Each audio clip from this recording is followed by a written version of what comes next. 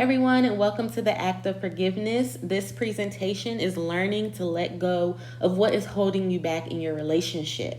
And I am super excited to be here to teach this. My name is Angela E. Roll, and I am the founder of Inspiry, LLC.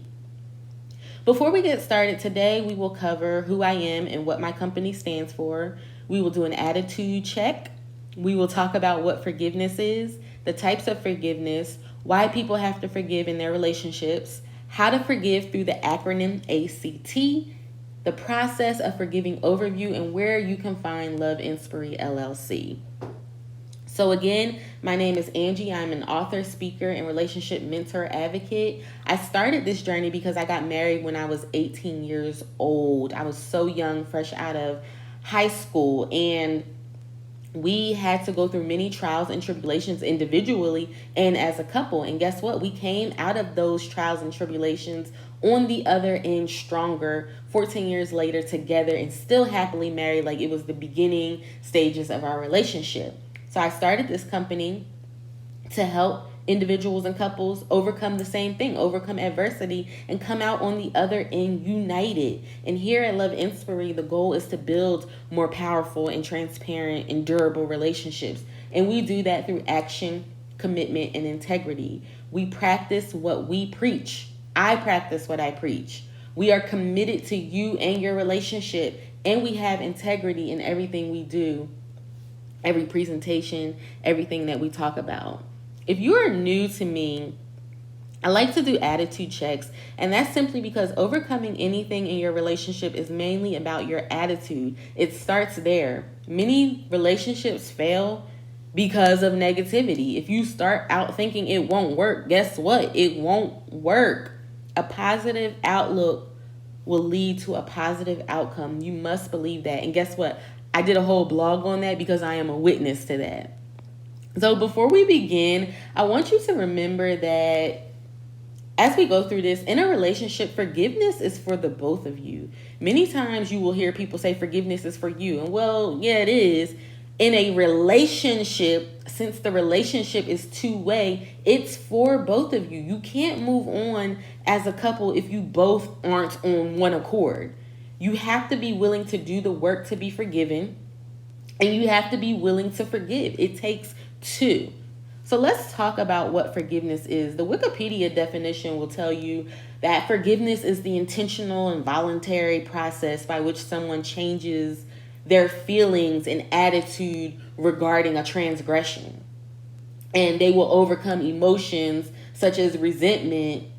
And I want to go back to that intentional and voluntary. When you do something with intention, you are doing it for a purpose. Forgiveness is a choice you make to love beyond faults, to love beyond imperfections, to love beyond mistakes. You have an intention to move forward in your relationship. And you can't do that without forgiving the offense, without forgiving the transgression. Forgiveness in your relationship is about making your own choice with intention that you will relinquish doubt you once had in your partner.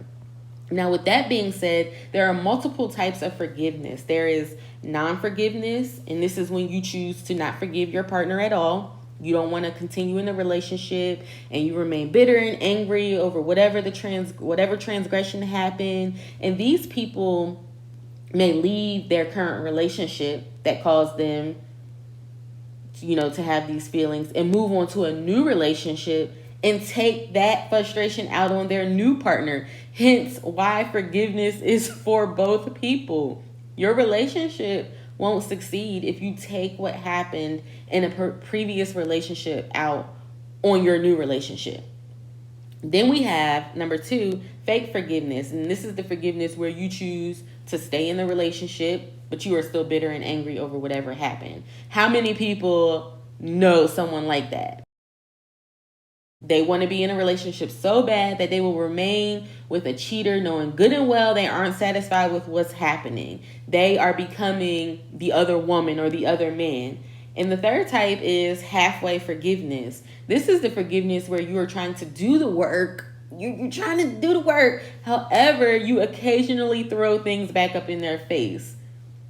So if you are dealing with infidelity, you would be the type to choose to forgive You're trying to work through it, but as soon as you get angry, boom, you throw everything back up in their face. Then you have number 4, genuine forgiveness. This is the forgiveness where you do the work and have no ill will towards your significant other. You have completely forgiven them and you are ready to move on in the relationship. This is the type of forgiveness we will talk about here today. Before we jump into the material, let's talk about the main reasons why people would need forgiveness in their relationship. It could be infidelity, whether it is habitual infidelity or a one-time offense. It could be lies or dishonesty. Maybe someone deceived you from the beginning of the relationship. And number 3, which I am guilty of, verbal abuse, as in you say things that you don't mean. I can admit that I have fallen into this category and I have needed forgiveness. I am not ashamed to say that, that's part of being transparent and open and honest with the business, is just expressing my mistakes and hoping that you don't make the same mistakes. So to act, A.C.T is an action you are taking. It means you have to do something. In order to truly forgive, you will need to put some effort into it. You will have to do something. It doesn't just happen. You have to take the necessary steps. And this acronym of A.C.T will help you with all that. The first thing you want to do is acknowledge. It's only with acknowledgement that you can move forward and in the process of forgiveness. So how can you acknowledge in the process of forgiveness? Understand that you can't fix what you don't communicate. It starts with acknowledging your choice. It is your decision to pick what type of forgiveness you want to exemplify. Now, I'm telling you, if you want to truly move forward, the only forgiveness to choose is genuine. The only forgiveness to choose is to put in the work. Nonetheless, it is still your choice how you want to move forward. You have to be 100% satisfied with your decision. You shouldn't be coerced into a decision. It must be yours for it to work. The second thing you want to acknowledge is your feelings. This will require both parties to express themselves. Whether you believe your partner's feelings are valid or not, they are their feelings, and you need to acknowledge them as well as express yours. Also, acknowledge your expectations. What results are you looking for in this process?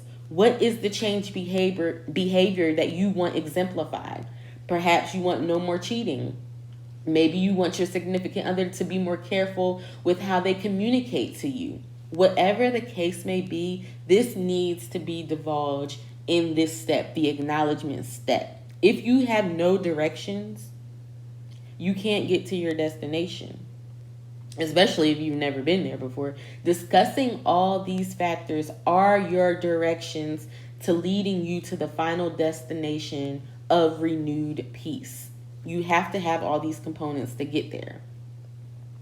So the C is for connection. Most of the time when you have cheated or you have lied or maybe you hurt someone's feelings, you will lose a connection with them. And how can we connect in the process of forgiveness? It's a tedious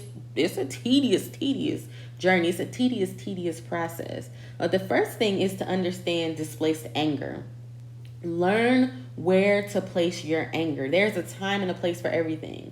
While you may be fighting through anger, I want you to understand that the blame game does not work. It won't get your relationship to move forward. It will keep you stuck in the past. You have to voluntarily, there goes that word again, let go and have enough self-control to know that your anger will keep you stagnant. If you want a stagnant relationship, I don't know who does, but if you want a stagnant relationship, choose not to forgive. Be accountable for your actions in the process of forgiveness. If you want success, do what you know is right to obtain success and do it with integrity.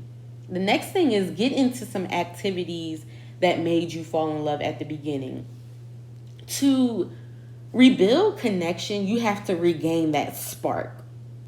You have to nurture it. And what happened in the beginning that made you fall in love with this person? Once you determine that, then you can implement it. Did you connect at the bowling alley? Did you guys go out and have fun bowling? Then go bowling again. If you guys, my husband and I, we had a lot of fun going to amusement parks, hanging out at malls. If we were ever to come into that, hey babe, let's walk around the mall like old times. Let's rekindle what started out of us falling in love with one another, walking around those malls. Do that. And while you are doing all that, you have to stay communicative through the process. What are your needs? What's missing? Throughout the process, you will have to have those tough conversations that you don't want to have. Not only that, but you have to acknowledge the positive actions. What steps has your partner taken to make things better? Express your gratitude of change. It's kind of like positive reinforcement when dealing with a child. You want them to continue to do something, so you say, hey, good job, I'm going to give you a sticker, I'm going to give you a candy. If you are suffering from infidelity, you must be willing to communicate things that you may not be used to communicating. Like being more open about your location and your friends you are around. And this includes eliminating division. This is one of my favorite things to talk about, division. There should be no secrets in a relationship. I'm sorry. From passwords to money, if you have to divide in an area of marriage, your union is already divided. And a division is what? It's cut in half. And meaning you are operating basically as two roommates living together. That's my personal opinion. I will argue with it. Most of the time, I can back it up with scripture in the Bible. Probably 98% of the stuff I say can be backed up by scripture if you're a Christian. Listen, eliminate division, period. The T is for test. And this is where you have to take a chance to trust again. So how can we test in the process of forgiveness? There is no testimony without a test in it. If I didn't go through what I went through in my marriage, there would be no love Inspiry. I wouldn't be able to sit here and testify of the goodness of God and how he brought us over. I wouldn't be able to sit here and tell you how to forgive and move on to better your relationship. You have to be willing to trust the process.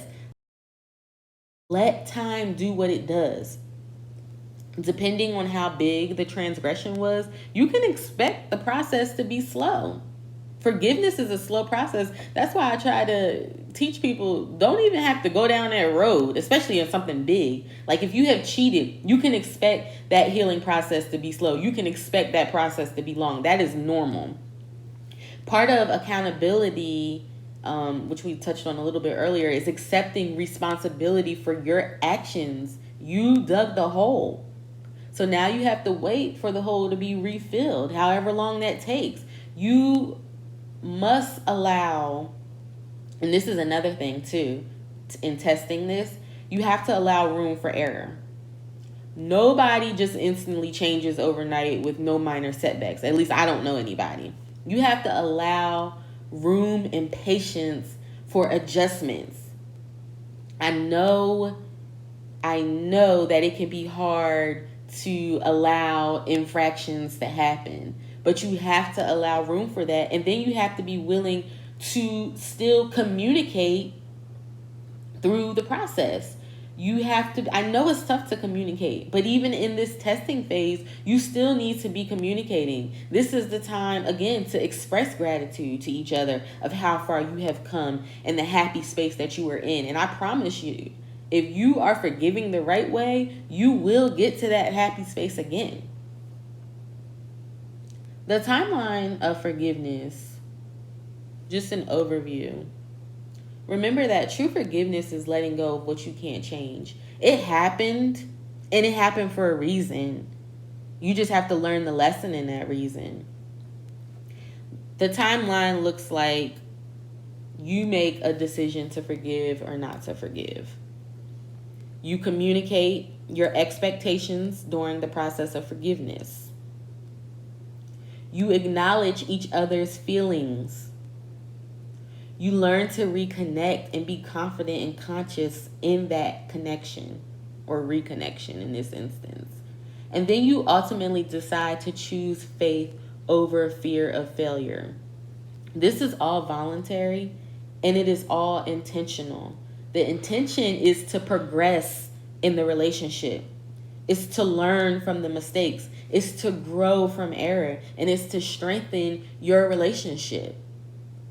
If you are a couple or an individual in a relationship, you can feel free to join our 7-day biblical plan that encourages the Christian couple. You can do that by visiting www.loveinspiry.com. It's in a pop-up when you first get to the website.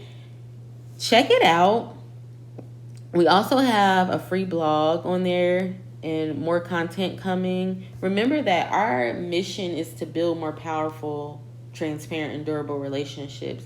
But we know that success only comes from the work that you put in it. So we don't guarantee you will gain a particular result. We just give you the tools to help you. And we do that, again, through action, commitment, and having integrity with what we put out. So if you are wanting more advisement on something more specific, you need to run something by us, please feel free to look at our services on www.loveinspiry.com. Remember, forgiveness is a choice. It's an option. If you choose to forgive, do it wholeheartedly. Do it 100%. Don't half do it. So guys, I will see you all in the next lesson.